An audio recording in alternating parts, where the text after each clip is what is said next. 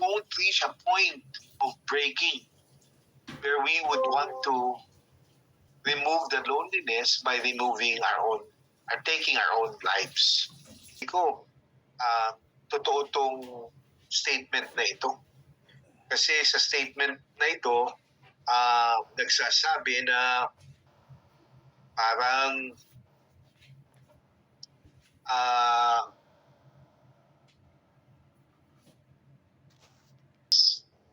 so ikumpara natin ang loneliness against solitude, yung ikaw lang ang mag-isa, no? Pag solitude talks about desiring to be alone. So to be alone does not necessarily follow you are lonely. In fact, you long for alone time. You long for solitude, a time where you can spend with God or people you love, and then maybe some time of reflection, some time of conversing with the Lord, listening to the Holy Spirit, a time where people would take some rest and recreation, no, na siya lang. Pupunta lang, may iba, kahit na mga non-Christian, gumagawa sila ng time of solitude nila, pupunta sila sa ibang lugar na walang nakakilala sa kanila, pupunta lang sila sa isang breakfast location, bibili ng kape, tapos magbabasa ng libro, solitude. Okay yun, sarap yun. Versus loneliness. Ang lonely, maraming tao, maraming kasama sa loob ng bahay nila, pero lonely pa rin sila. Nagsisiksikan sila sa loob ng isang siksikan na bahay, pero lonely pa rin sila. No? Solitude, as defined by experts, is the fulfillment that comes from being alone. So may sense of fulfillment ka pagka ikaw ay nag-iisa. Gusto mo yun. Alone time. No? Ano ba ang tawag nila doon? Me time. Yun, me time, hindi self-time. Me time. Me. Ako. Diba? So okay yun. No? Loneliness, on the other hand, as defined by the experts, is the emptiness that comes from being alone. No? And sabi ko nga sa inyo, may maraming Genesis 2:15. Sayang nawala yung ating kaibigan, pero sana makabalik siya. Diyan pa ba siya? Nakita. Pastor, mahina daw po ang signal. Oo. Well, it's okay. Basta patuloy mo siyang share ng gospel. Sana, magkakilala ba sila niya, no? Ng husband mo? Baka ang husband mo na makapag-witness sa kanya.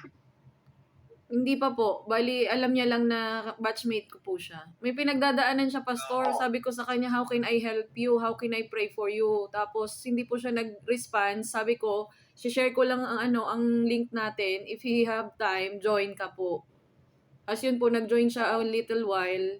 Pero struggling daw po sa internet connection. Ay, yun ang problema sa Bicol eh.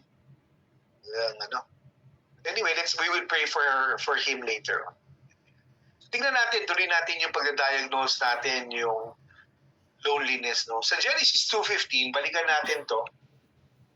Basahin natin. Bern, ikaw na nga bumasa nito. Genesis 2:15. Amen po. Genesis chapter 2 verse 15. Then the Lord God said, "Is it not good for the man to be alone? I will make him a helper suitable for him." Amen po. So sabi dito, ang Diyos na mismo ang nagsabi, hindi maganda, hindi nakakatulong pagka ang isang tao ay nag-iisa lang. No man is an island, parang gano'n, di ba? Si Lord na nagsabi niyan, it's not good for you or me, a man, to be alone. I will make him a helper suitable for him. Of course, ang context nito, siya pa lang. At marami nang ang hayop, ito na yata lahat ng hayop, and ang gustong itama ng Diyos ay yung kalungkutan na naranasan ni Adam. Loneliness is existence without completion.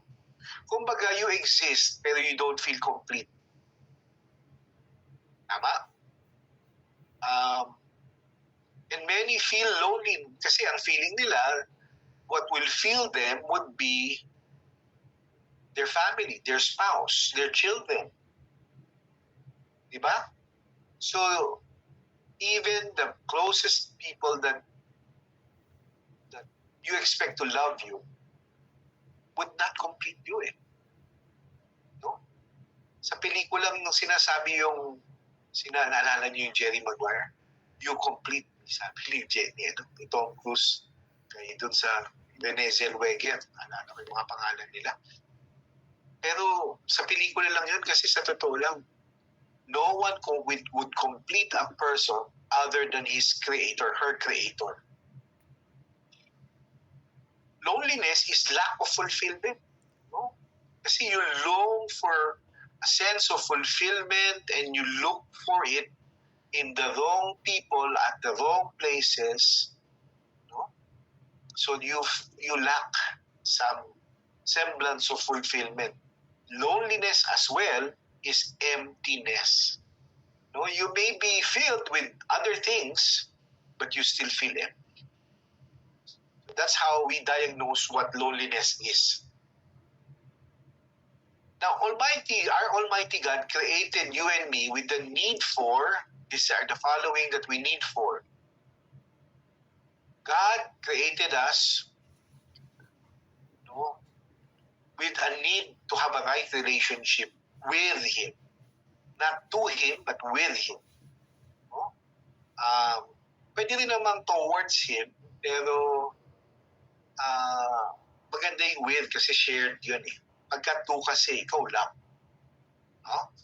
So, Almighty God also created man and woman with the need for an attachment to a partner. So, pag sabi ko nga sa aming mag-asawa, ang isa sa mga una naming counsel na receive nung kami mag-aasawa pa lang, dapat ang relationship triangular. No? Ang lalaking asawa ay nasa right side o left side, ang babaeng asawa ay nasa left side o right side, tapos umaakyat. Kasi ang goal nila is to reach God. Pero the more they reach God, the more that they come closer to God, the more that they come closer to one another. So, marahil nga na maraming siguro yun.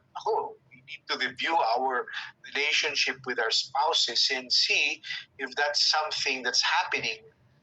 No? Kasi, una, right relationship with God. Pangalawa, there is a sense of parang dependence, attachment to our partner. And pangatlo, an attachment to a community of friends. So there should be parang a sense of belongingness to a community. Kaya nga, mga taong nag-church, hindi lang yung dumadalo ng religious activity once 1 hour a week, kundi part ng church throughout the whole week. No? Yun, meron silang napupunuan yung longing nila kasi pag wala sila they still feel empty. No? Tuloy natin.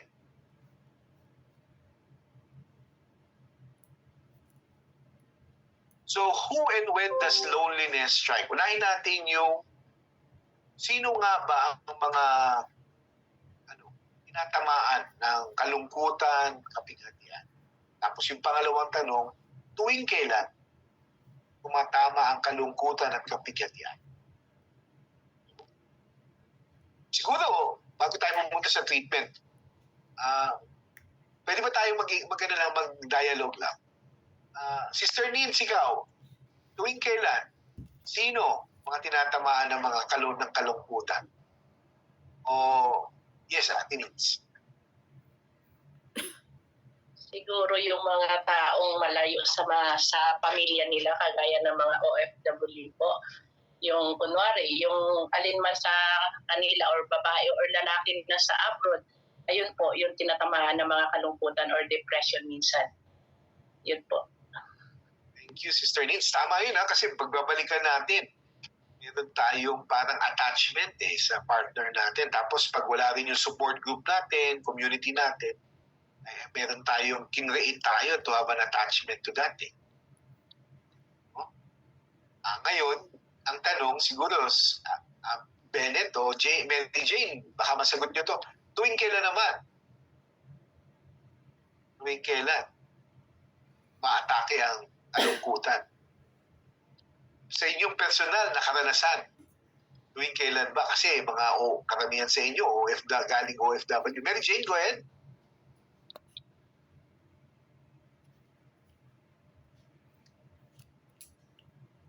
O Bennett, alam busy si Mary Jane.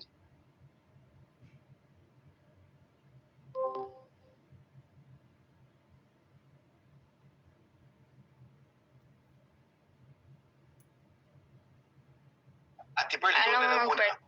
Ayan. Hindi siya verse. May tanong ako. Ang tanong ko tuwing kailan maatake ang kalungkutan? Tuwing nag-iisa or may iniisip, marami rin iniisip. Okay. Oo, pag maraming iniisip, no?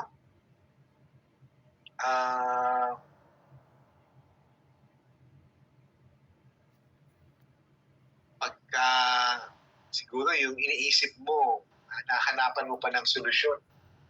Bernadette, ikaw, raise ka ng hand, I recognize it.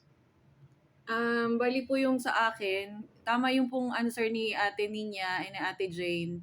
Bali, pag nagkakaroon po ng strike sa buhay ko ng loneliness, Pastor, nagigilty ako for every time na nakaka-focus ako sa trabaho ko and then wala akong time magsimba kasi nga naka-duty. Parang may emptiness po parang may nag-uudyok sa akin na parang hindi complete yung buhay ko pag wala akong na-attenda na worship service or prayer meeting or Bible study. May something na parang alam niyo po nauuhaw yung diwa ko ng Word of God, ng presence ni Lord. Yung para yung po yung loneliness and emptiness na nafe-feel ko pag wala ako sa presence ni Lord.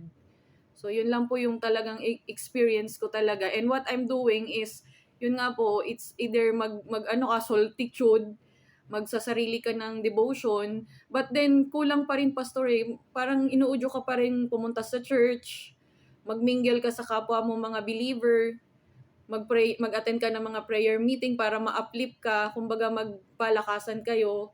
So, yun po yung every time na magkakaroon ako talaga ng chance, I praise God, na nabibigyan niya talaga ako ng time na kahit medyo pagod ka, antok ka, pero pag off, na natapat sa time na pwedeng mag-attend ng Bible study, why don't you try to join? Or why don't you try to give a chance naman na magkaroon ka ng time for the Lord and for His glory? And ever since naman po na naging talaga tayo Christian, parang enough naman yung blessing, enough yung mga mercy and grace niya. So, sana yun po, lagi lang talaga ako makapag-attend. Yun yung emptiness po, loneliness na nararamdaman ko. Although, yung mga anak ko talagang nandyan na talaga sila, although malayo. Pero iba pa rin yung attachment mo kay Lord Parang ibang level po yung emptiness ko na nararamdaman pag hindi talaga ako nakakapag-church or nakakapag-attend ng mga Bible study. Yun lang po, all glory to God po.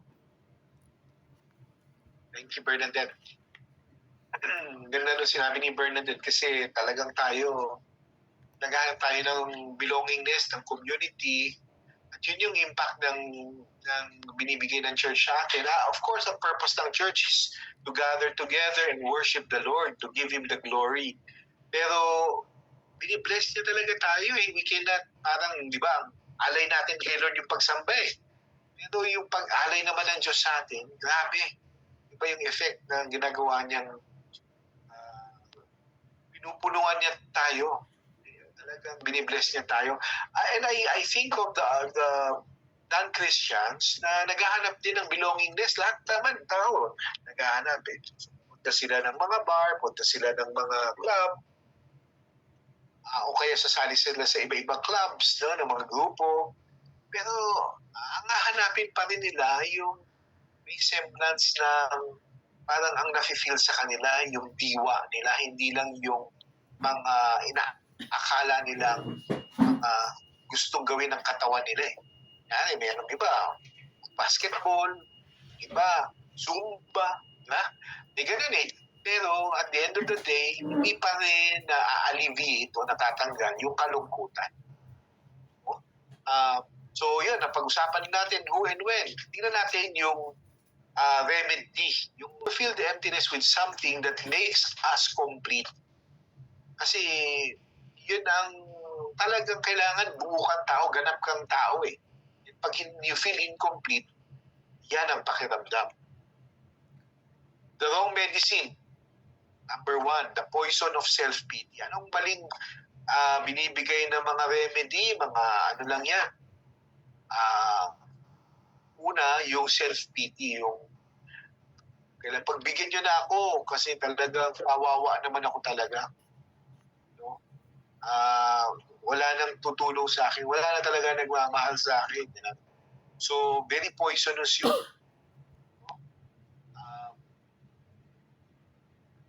Ano pa ba, saan bang paraan na meron naman talagang pinapaintulutan naman ng kabiguan ng Diyos, pero ang purpose niya is para magsanay tayo, para makita natin hindi tayo pwedeng magtiwala sa sarili nating kakayahan, para makita natin na siya ang soberano, hindi tayo. Diba? Pero pag nagpatuloy tayo sa magiging parang yung awa na lang sa sarili, then that's bad. No? Tingnan natin yung Proverbs 18:24. Bennett, kapatid, pwede ka bang magbasa ng...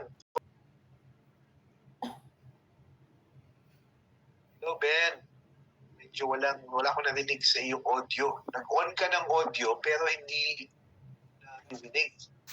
Many friends comes to ruin, but there is a friend who sticks closer than a brother. Proverbs 18:24.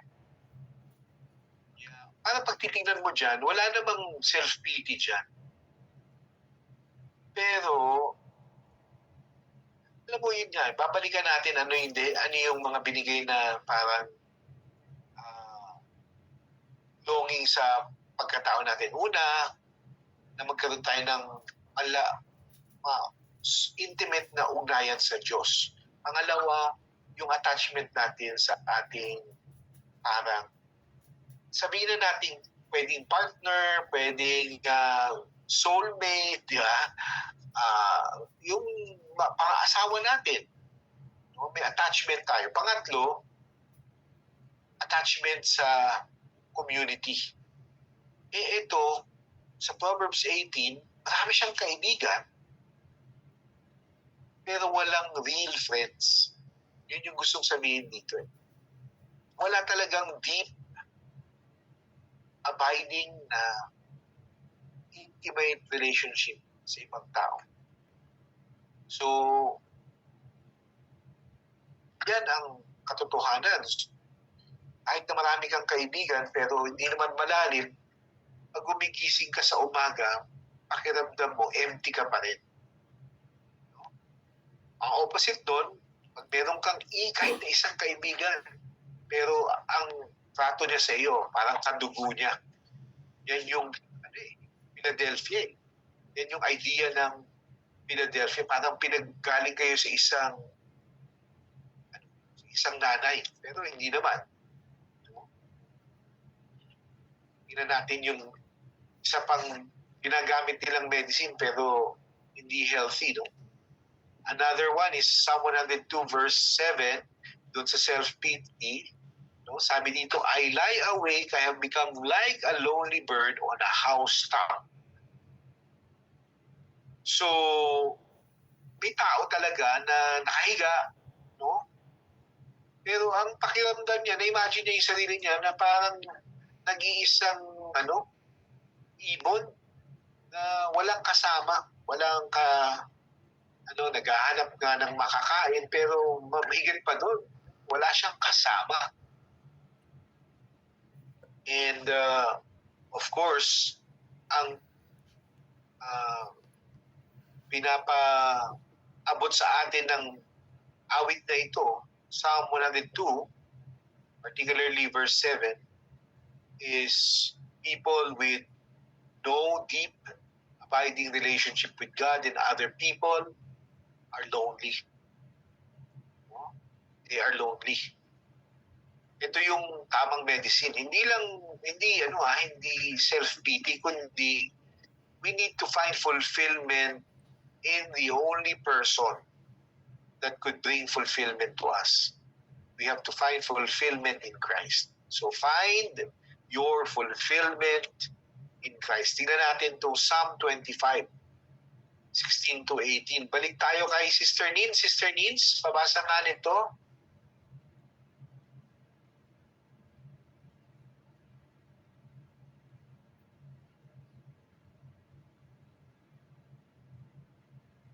Ay, Sister Nins, naka-mute ang audio mo pala. Sorry.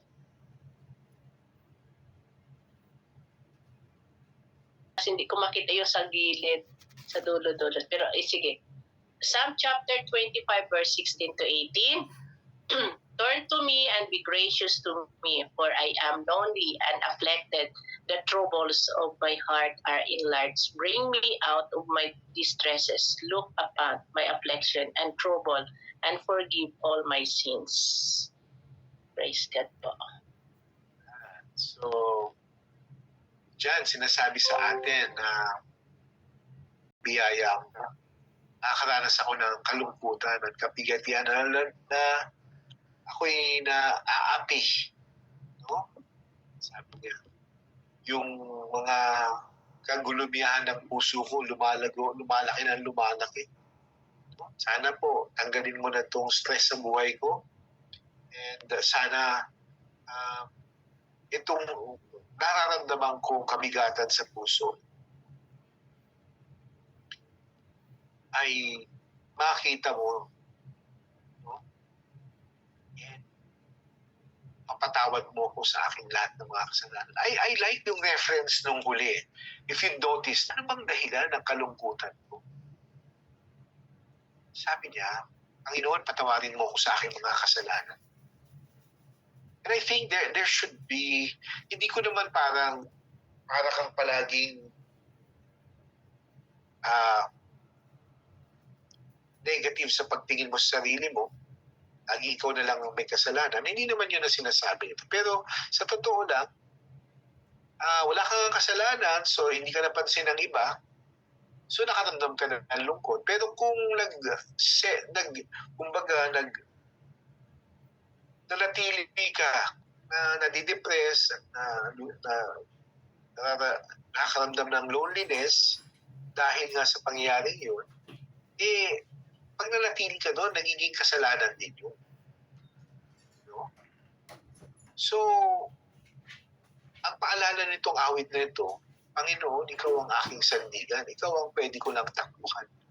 Ikaw ang makakatanggal ng mga nararamdaman kong negatibo na depresyon o kalungkutan, no? Nakabigatan sa aking puso. Alam ko ikaw lang. At kung his or her fulfillment can only come from. No? Tingnan natin yung Philippians 4:19. Mary Jane, pwede bang basahin mo to? Philippians 4:19.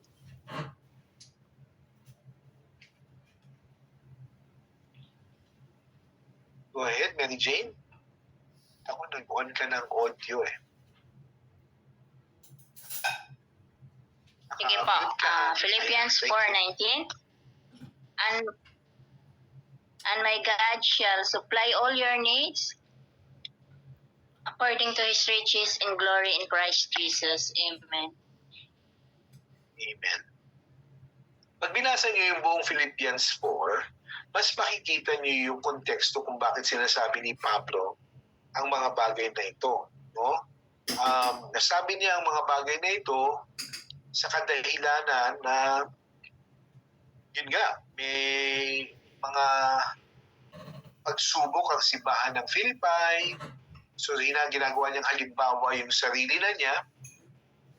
No, na karoon kayo ng kaayusan sa loob ng simbahan. At sana matularan niyo ako, sabi niya. Huwag kayong gulumihanan. Do not be anxious about anything, sabi niya. Sa lahat ng bagay, sa panalangin at sa paglapit sa pagtitiwala sa Diyos, may pagpapasalamat, ilagak nyo lang yung mga pakiusap nyo sa Panginoon at bibigyan kayo, babalutin niya kayo ng kapayapaan niya.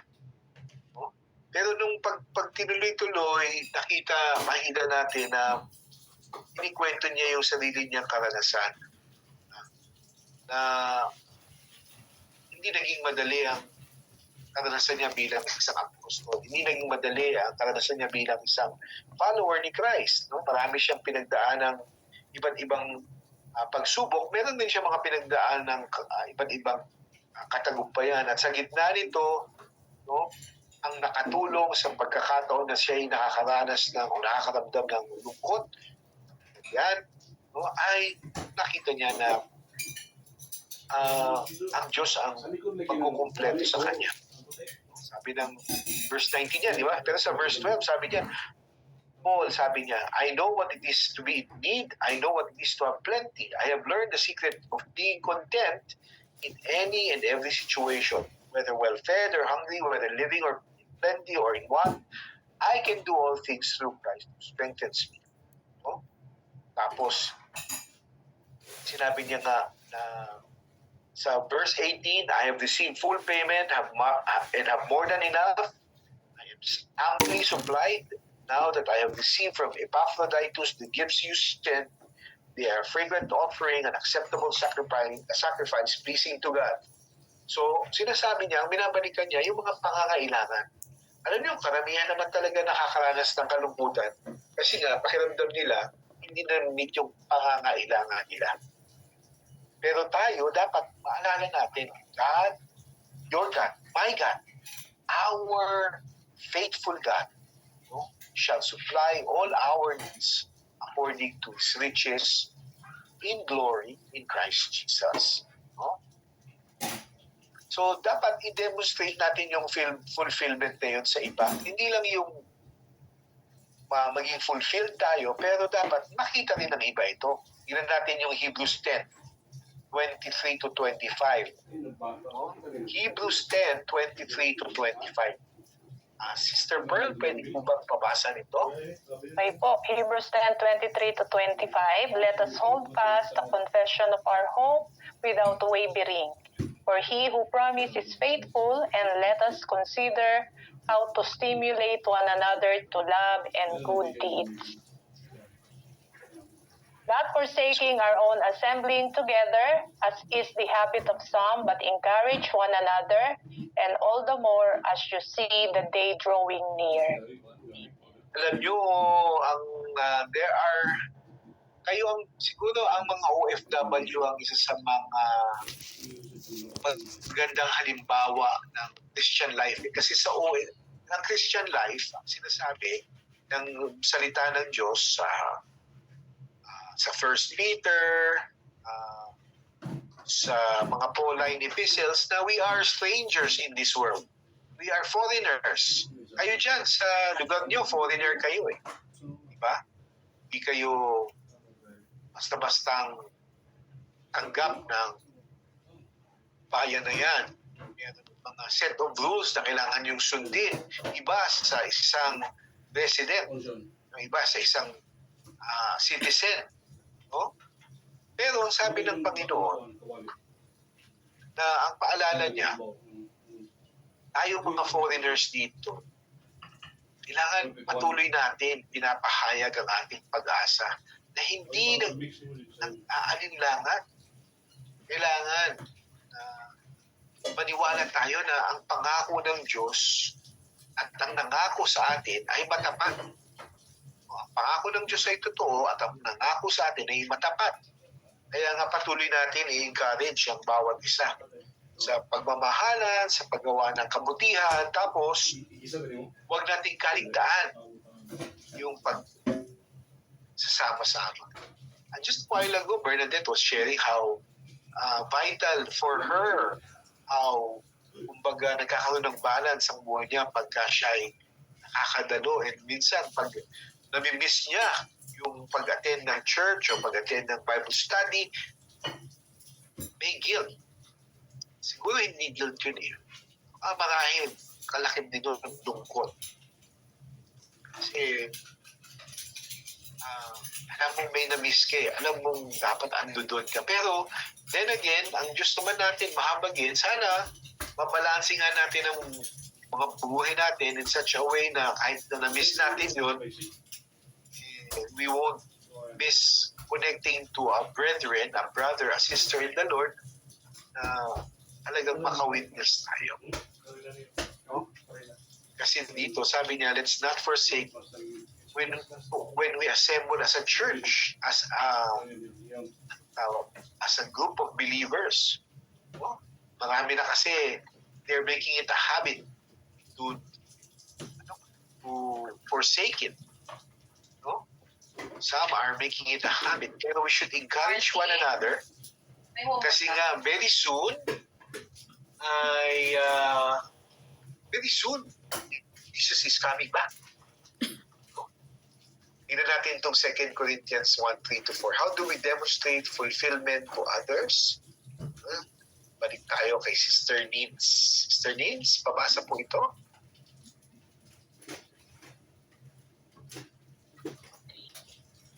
Second Corinthians chapter 1 verse 3-4. Blessed be the God and Father of our Lord Jesus Christ, the Father of mercies and of all comfort, who comforts us in all our afflictions. Amen. So, malinaw na sinasabi sa atin na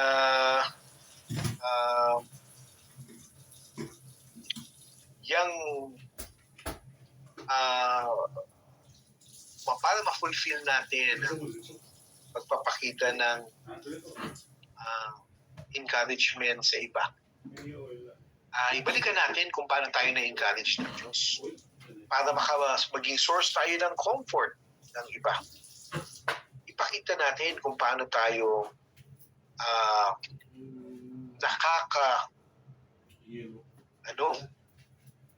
nakakabigay ng comfort sa iba. No? We need to really see, muna, i-appreciate mo kung ano yung ginawa na comfort ng Diyos sa'yo. Kung hindi mo nakikita yun at parang tuloy-tuloy ka lang na, ibali, kahit malungkot ako, maglilingkod ako sa Panginoon. Alam mo, mahirap mag-serve sa Panginoon na parang feeling mo ikaw lang ang gumagalaw. Kailangan makita mo na si God, binless ka na, pinatawad ka na niya, binigyan ka ng kaligtasan, at binigyan ka ng panibagong pag-asa. At ang isa sa mga pagpapala, yung economy mo, na hindi na dependent sa mundo. Yung economy ng pamilya mo, dependent na sa Diyos.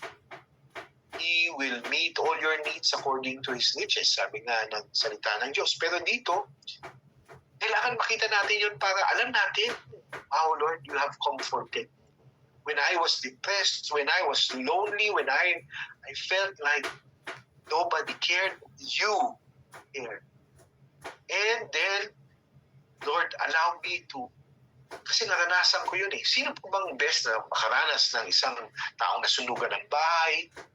Paano kung makaka-minister sa isang taong nasunugan ng bahay kung susubukan mo pero hindi mo naman pinagdaanan? I believe yung mga Christians sa Southern California ngayon, mabigat talaga, grabe ang bigat ng pinagdaan. Hindi ko maisip yung mailagay ko yung sarili ko sa kanilang sitwasyon. Pero yun pa rin ang pinagdaanan nila. It is what it is. No? And yet, I also know, totoo itong verse na to sa kanila. Na dahil i-comfort sila ni Lord, they will be the people who will best comfort those in the future who will experience, sunugan ng bahay, arson, so on and so forth. Yung mga namatayan ng anak. Sino best na makaminister? Yung malalim sa salita ng Diyos, sa doktrina ng Biblia, at dumaan dun sa kawalan na yun. You know, napanood nyo na ba yung The Forge? No? Gandang pelikula nun. Napanood nyo na ba? Sino bang nakapanood na nun? I think it's a good kung may Netflix po kayo, Panoorin niyo po yun. I-forward ko po sa inyo yun. I don't know kung may time pa kayong manood, pero it's a wonderful testimony of ang totoong Kristiyano dumadaan sa pagpapala ng Diyos. Hindi yung pagpapala na material. May kasamang pagpapalo, may kasamang pagpapala. Pero yung karanasan natin ngayon, baon natin yun para bahagi ang blessings natin sa iba. Nas din ang kapahingahan, comfort ng Panginoon. So, ano nga ba ang fellowship? What is fellowship? Sabi nila, the lonely person cannot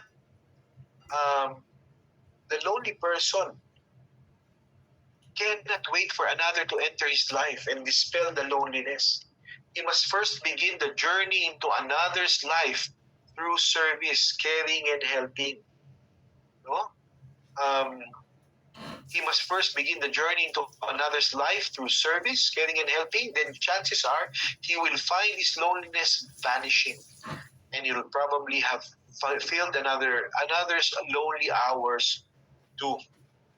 Proverbs 12:14. A man will be satisfied with good by the fruit of his words, and the deeds of a man's hands will return to him. Amen. Provided everything we need to cure the disease of loneliness. Ang kailangan lang natin, we need not be lonely unless it's a choice we make. No? Alam nyo, loneliness is still an energy. And it is an energy that can be disastrous. No? So when you feel lonely, all you have to do is come to the Lord. When you feel lonely, you spend time with the people you are attached to. When you are lonely, you go to your community. Pero when you are lonely, some people choose to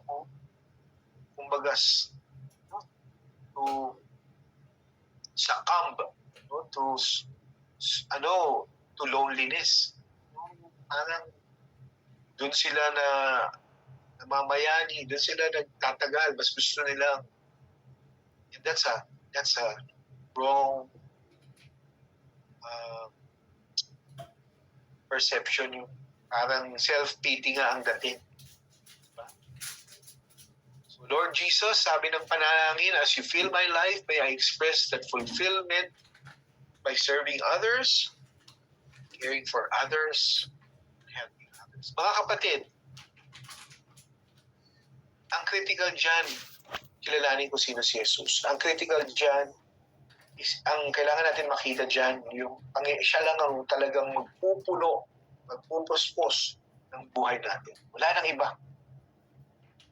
So pagka meron na tayo noon, then we will serve our spouses, our children, our parents, and the people around us, the church. No? And even strangers, we will be able to care for them. No? Kasi ang Lord, sa Kanya kayo mag-expect. Lord, Ikaw ang mag-fulfill sa akin. And I tell you, God will empower us. Let me quickly pray. Panginoong Diyos, salamat po sa aming pag-aaral sa araw na ito. Lord, I know that many of us have undergone, maybe some are still feeling lonely, are still feeling that sentiment, Lord. They want to be the Philippines, they want to be with their family. I think of our OFWs attending this Bible study, and many of them long to be with people they love, people they care for. Lord, may you be their source of comfort.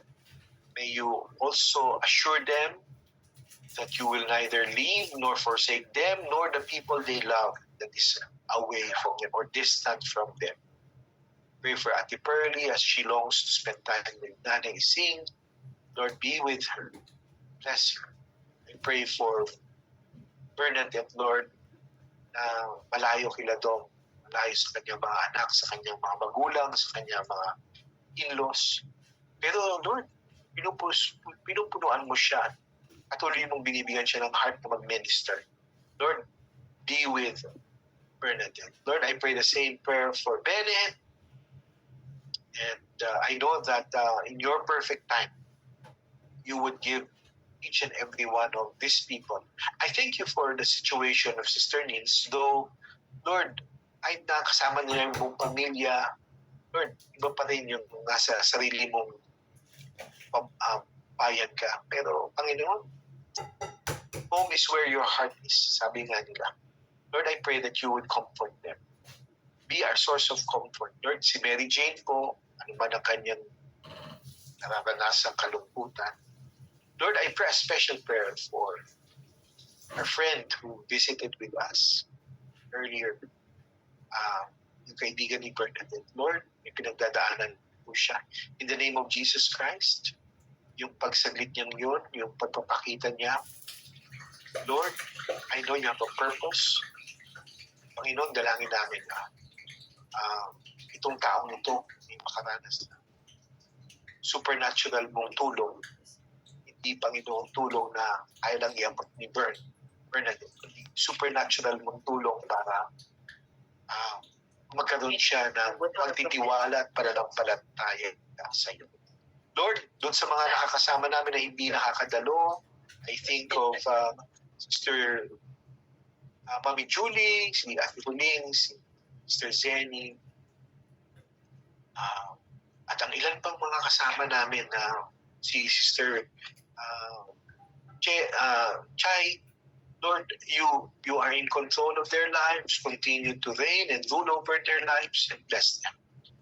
Give you back all the glory for this Bible study.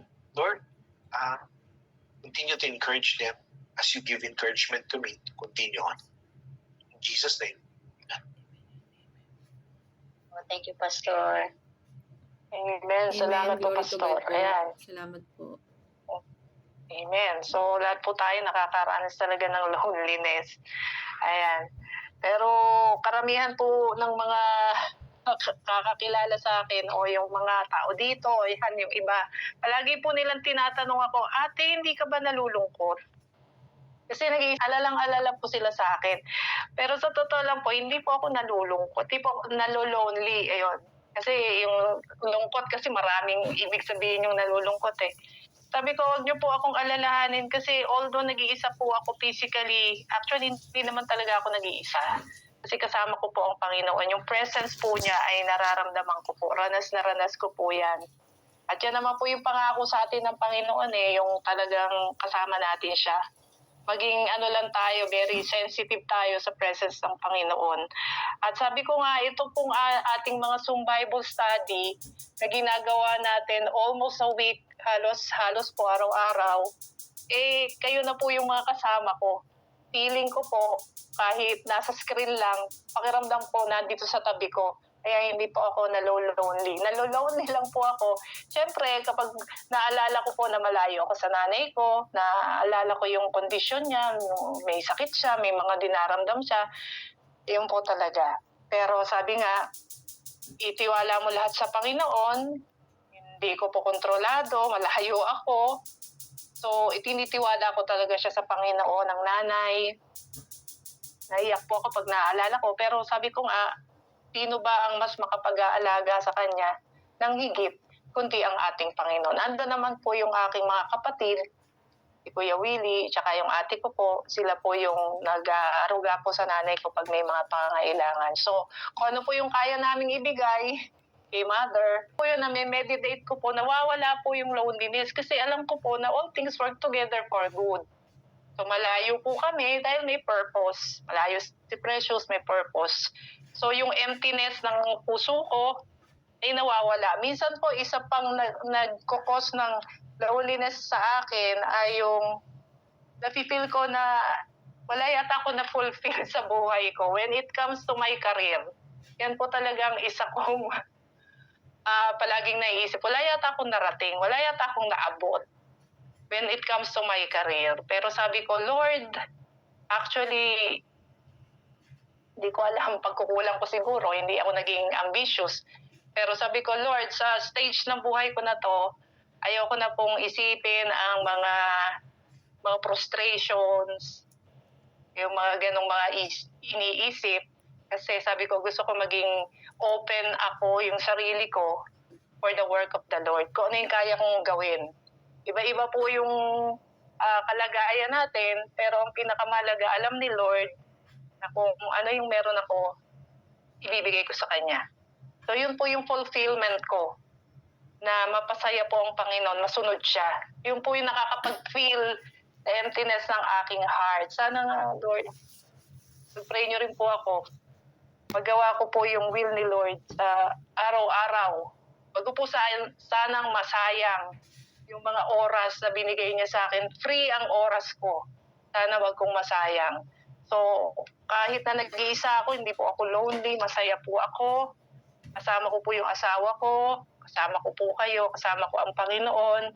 Napakahalaga din po ng fellowship ng church. Yan po yung unang-una nating hinahanap, mga OFW. Paglapag mo talaga sa bansa, sa ibang bansa, hanapin mo talaga mga kapatiran. Hindi ka makukumpleto without the church. Yan yung completeness po natin. At salamat sa Panginoon na sa bawat araw na tayo ay talagang binabago niya.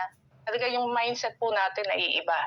So yung mindset, yung emotions po natin, na itatama po natin. So may konting loneliness minsan, pero salamat sa Panginoon, pag naipanalangin po natin, nawawala po yung lungkot. Napapalitan po yan ng joy, knowing na all things nga work together for good at kasama po natin ang Panginoon. Ayan, all glory to God. So yung selfishness po, yan po yung tinatanggal ng Panginoon sa atin. As we travel along, we journey with Him, unti-unti nawawala yung self, natatanggal po yung attention natin sa sarili natin. Kaya sabi po doon sa huli, binanggit ni Pastor, yung fulfillment po natin ay una, to glorify God, to serve others, caring for others, and helping others. Pag busy ka talaga sa Panginoon, busy ka na tumutulong sa iba, nakakalimutan mo na yung sarili mo. So, hindi ka na lonely, di po ba? Masaya po tayo. Salamat po, Pastor. Salamat din po sa prayer. Alam ni Pastor yung loneliness ko. Pag naalala ko po talaga si Mother. So, salamat po sa lesson at salamat po sa prayer. Ayan. So, any comment pa po mga kapatid ko, konti lang po tayo. So, pwede nyo pong i-share yung nais nyong i-share. Paano nyo po ba napapaglabanan ang inyong loneliness? May emptiness pa ba and fulfillment sa ating mga puso? Wala po si Pastor na... Akin po, take away ko po, ako lang. Sige po. Take away ko po dito sa lesson natin about loneliness nga po. Yun, di ba yung kanina yun may sinabi si Pastor, pag tinatamaan ng kalungkutan. Yung sinasabi ko kanina yung OFW na malayo sa pamilya. Tapos kung kailan umaatake, siguro itong yung mga nag-iisa ka nga, nasabi din kanina ni Mr. Jane, saka ni Mr. Bernadette. Pero yung take away ko po ay yung treatment, yung the right medicines po, find my fulfillment in Christ, yung number 1 po. Diba po, yung kung ano mga kalungkutan dumadating sa buhay natin, kahit marami tayong mga kaibigan, hindi tayo lumalapit sa kanila, pero hindi pa rin tayo lumalapit sa mga, kumbaga, yung meron tayong pinagdadaan ng mga kalungkutan sa buhay natin. Kumbaga, doon sa Panginoon lang tayo lumapit. Kung ano mga kalungkutan. Kasi kung mga sa kaibigan tayo lalapit, siyempre kung ano mga advice, may mga ibang kaibigan naman na magsasabi ka ng ganitong problema mo, hindi mo naman mas maalam na minsan sinasabi doon sa ibang kaibigan na gano'n. Mas lalo nating sabihin na lang sa Panginoon, direkta na lang tayo sa Panginoon kasi siya lang makakatulong sa atin kung ano mga kalungkutan sa buhay natin. Yun lang po sa akin. Yes po. Sis Nina, nabanggit ni Sister Nina, kahit marami kang kaibigan, minsan lonely ka pa rin. So kahit konti yung kaibigan mo, pero alam mong maka-Diyos, mapapagkatiwalaan, sapat na eh. Ako po, loner po ako. Konti lang po talaga yung mga kaibigan ko. Siyempre, kasama po kayo dyan. Pero masaya po ako kahit ko konti lang, at least kilala ko at alam ko na talagang mapagkakatiwalaan. Mga kaibigan na hindi ka dadalhin sa kamalian, sa mga kasamaan, kundi dadalhin ka sa Panginoon. Oh, si Bennett yata kanina. Bennett! Ate, naririnig niyo na ako? Oo, ayan, sige. Pasensya na, talagang nawawala yung signal ko. Naiyak mga ako din. Gustuin ko man mag-share, kaya mag-ano kanina. Kaya nawawala pala, hindi pala ako naririnig. Oo. Sige. Parang kagabi, pagkitas ko mag-share, nawala na yung signal ko, nag-gluko na. Sana ngayon, makapag-share naman ako ng maayos sa'yo. Actually, tama yung mga share natin, no? Yung mga share ng mga kapatiran, talagang totoo yun, yung loneliness na need. Kung ako, meron din ako minsan nararamdaman din na still sa tagal ko lang nag-a-abroad. Tapos madalang na din ako namimiss ko sa Pilipinas yung mag-Christmas, mag-New Year, di ba? Pero dahil isa na akong anak ng Diyos, yun yung napaka-bless ko kasi kahit nag-iisa ako, may kapatid ako rito, kaya lang malayo din si Dada. Madalang din kami magkita ni Dada. Nag-uusap lang kami minsan sa magkatawagan, pero hindi ganun ka everyday na magkita. Yung loneliness na minsan talaga, totoo yun na kahit sabihin mo na bilang din ate naman din yung mga friends ko, hindi rin naman ako ganun parati yung mga friends. Kasi siyempre, alam ko kung yung friends mo is makakasama sa'yo or hindi. Totoo yun na talagang pag alam mo ang mga kaibigan mo na hindi ka din mag-progress doon, it's better na mag-distansya ka. So yung sa akin, pag nakakaramdam ako ng lungkot, talagang kay Lord ko sinusurrender, iniiyak ko sa Kanya. Minsan, kahit minsan na, like this year, hindi ko alam kung uuwi ba ako or sabi ko, Lord, ikaw na bahala kasi syempre, kasi, yun nga, katulad mo, pag alam mo si nanay, naiiyak ka. Ako naman, gusto ko siyang makasama lagi. Kasi syempre, nagkakaedad na siya, tapos nagkakaedad na rin tayo, tapos matagal na rin ako dito sa abroad. So, yun yung inaano ko na, Lord, sana makasama ko pa ng mas mahabang panahon ng nanay ko. Tapos yung minsan, nakakaramdam na rin ako ng pagod. Alam mo yun, yung nakakaramdam ka ng pagod, tapos hindi mo alam kung paano ka mag-ano. Yung ganon, kasi hindi siya na nagiging emotional.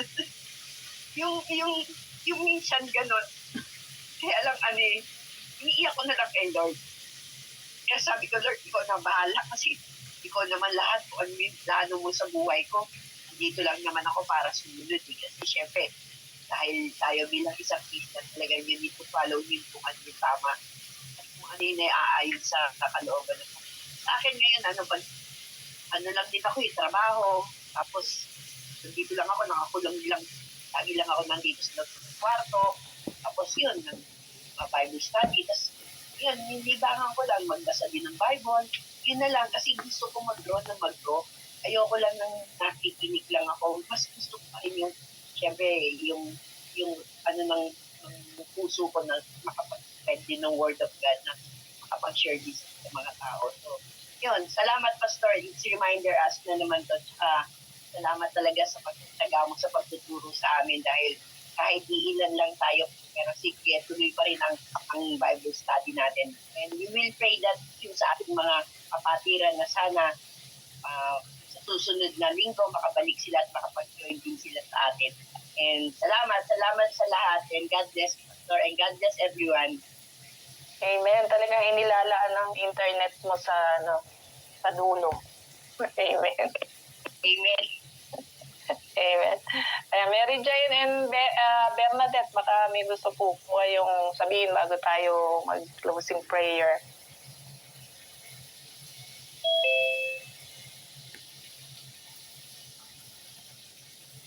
Jane? Yeah. Ayan, si Jane muna daw.